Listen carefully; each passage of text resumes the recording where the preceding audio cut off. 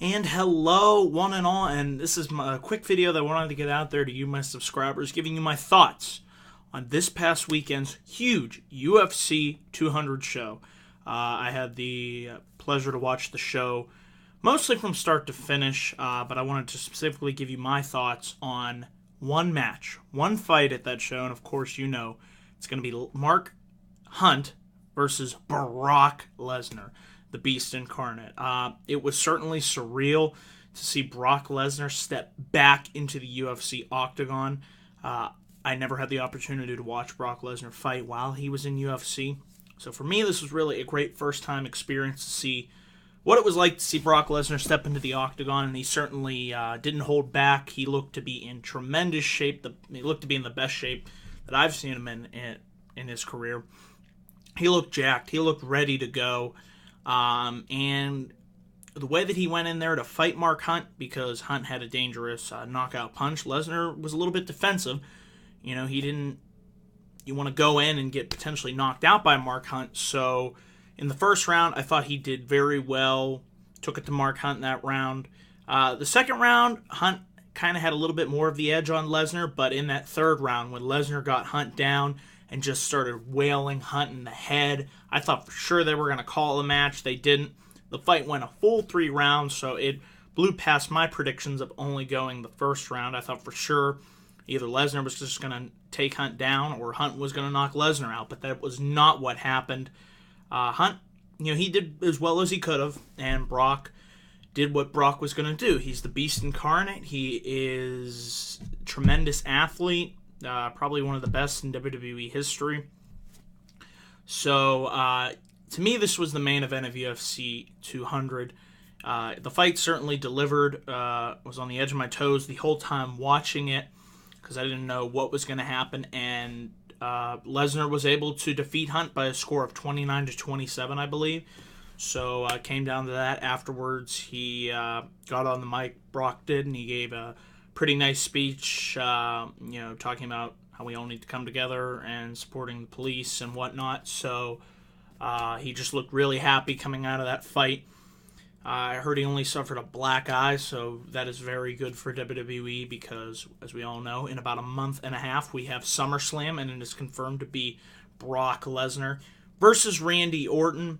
Also, before the fight, Lesnar and Orton was hyped up with a promo package, so it was really surreal, I'd have to say, to see on a UFC show a WWE promo package hyping SummerSlam, but I thought it was smart marketing. You advertise Lesnar's next appearance. It's going to be at the Barclays Center on August 21st. It's going to be a huge main event fight versus Orton, first time ever. I mean, they briefly fought in 2002, I think, on an episode of SmackDown, but this is where they're both established as huge main eventers, and it's a match that I'm certainly waiting to see.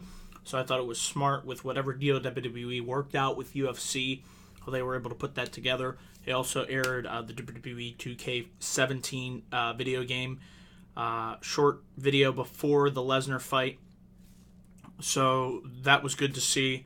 Lesnar, I have to make quick mention, he didn't come out to his WWE theme music like many believe that he would have, but he came out to Enter Sandman, which is what he used while he was in UFC. So yeah, all in all, it was a great night for Brock. Good publicity for WWE and SummerSlam coming up, SummerSlam 2016, and it was a win-win situation. Brock's happy. I think we will see Brock Lesnar fight again in the near future, of course, with Vince McMahon's blessing.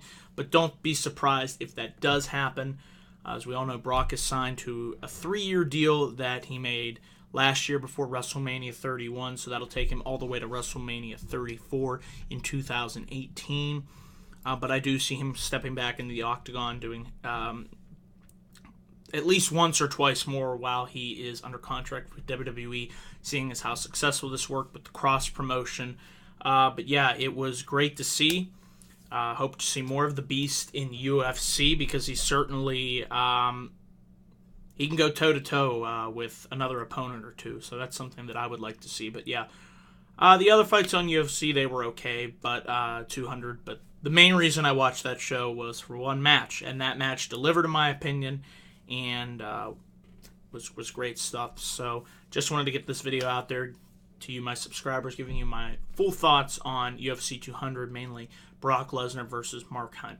And just a heads up, tonight I will be back with my live Raw review after Raw tonight. We have a lot in store, shaping up to be an interesting episode of Raw. We have Vince McMahon returning, the Wyatts potentially being met by the New Day at the compound, continuing build towards the Shield triple threat, the build towards Cena and Styles with the Club and Enzo Amore and Big Cass helping out Cena, so we'll see where that goes.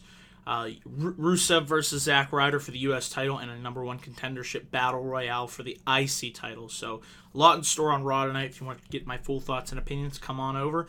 11:15 Google Hangout. Check out my live review. So appreciate you tuning into that. And with that, guys, I will see you tonight after Raw. Until then, peace.